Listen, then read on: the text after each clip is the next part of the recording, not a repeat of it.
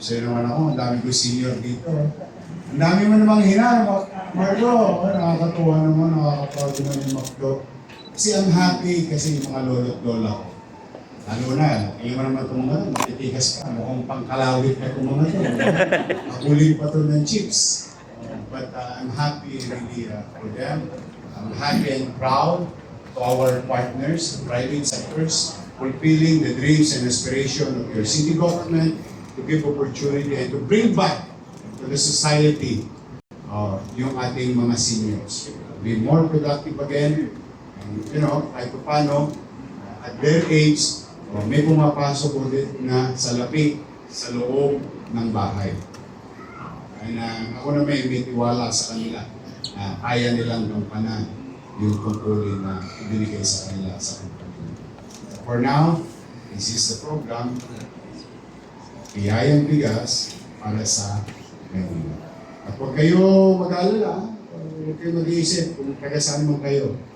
Ang importante sa akin, yung negosyo, gumaang. Yung existence nila sa krisis nito sa loob ng Maynila. Yung empleyado, gumaang ang katatayuan. Mahirap ang buhay. O maibsan man lang. O in economics, I call it cushioning the socio-economic impact of this crisis sa buhay. Yun yung approach. And kami nila Jay, at di Vice Mayor, may gagawin ulit naman na karagdagang programa. Patungkol pa rin sa krisis nito. But for now, this is for our working class in the city of Manila. And we're very proud of you because of what you're doing to the companies that you serve. Give them growth. So kung kayo ay nagsisipag, naging eficiente, lalago ang negosyo. Pag lago ng negosyo, mas maraming negosyo mabubuksan. At doon, papasok yung pangunahing polisiya ng lungsod. MBN, Minimum Basic Need. Housing, education, healthcare, and jobs. Jobs. And for us to create jobs and opportunity for the people of Manila, kailangan ng negosyo mag-survive sa crisis. If there is growth, thank you. But the very minimum, survive. Because, after the rain, there is a rainbow. Ang pag-angat naman ng negosyo ay malaking oportunidad para sa mamamayang sinasapot natin. At yung mga taong dumadako sa lungsod ng Maynila. At pag may trabaho, alam mo, to sum it all, mas panatag ang pamumuhay sa Maynila. Mas tahimik. Alam yan ng mga matatanda dito. They've been there than that, sabi nga nila. So muli, magandang umaga sa inyo. Pwede ba ako mag-take out? Gawin daw eh. Gusto niyo akin eh. Mag-take out ako mamaya. So, nabili na? Okay, na-take out na. Mabilis kilos talaga mga tao gobyerno sa Maynila. Sinasabi ko pala, nabili na pala. Galaw-galaw. So mag-ingat kayo.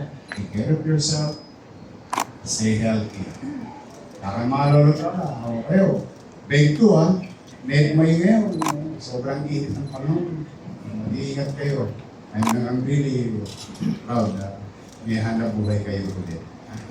So magandang umaga at palahin nawa kayo ng COVID. Thank you. Maraming salamat, Mayor Iskasio Sudat ng Maynila for this Rise Aid program po. Alam po namin na sa taas ng biling ngayon, maraming mamamayan ang pwede po nitong matulungan. Ayan, thank you so much po. And ladies and gentlemen, we'd like to invite everyone to please be seated na po. And we are about to begin.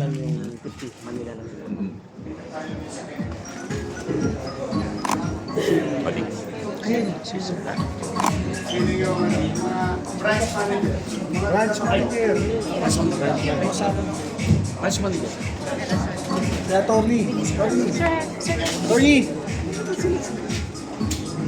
Mamaya, sa bahay buli dito, sa bahay buli dito. Kuha na ba? Kuha nyo?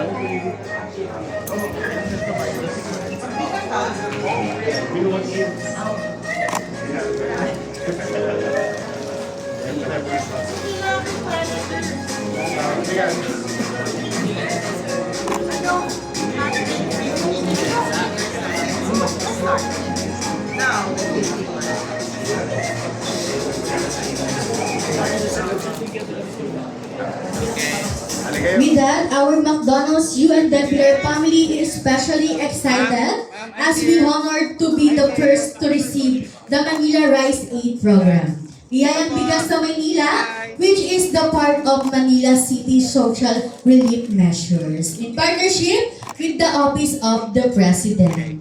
All beneficiaries of Manila City will receive 10 kilograms of rice meal per month starting April until September 2026.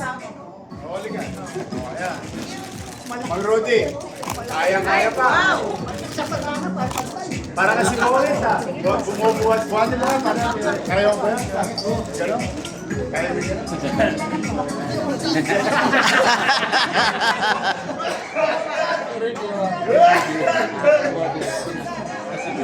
Next, sample. Tuloy-tuloy na?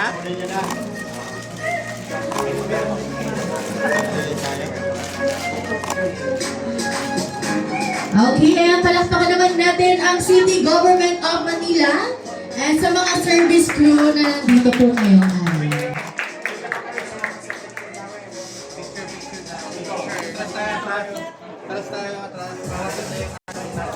Meron pa isang mukhang over pa.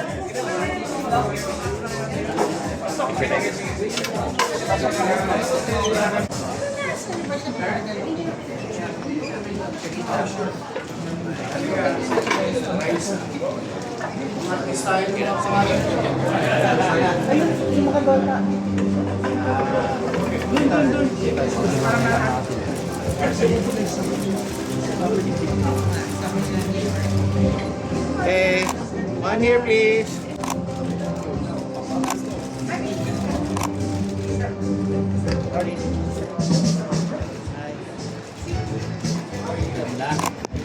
Thank you.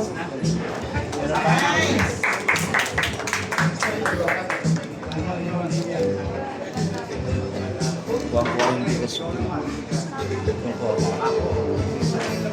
Nakadurang ako. Okay yan Kahit nasa loob tayo ng kwarto, nakadurang.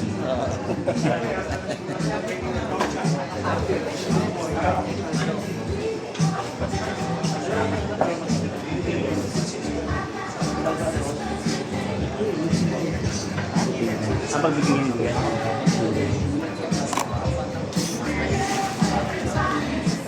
Ganda ng kwarto. Lagi nyo lang sila kumatawa.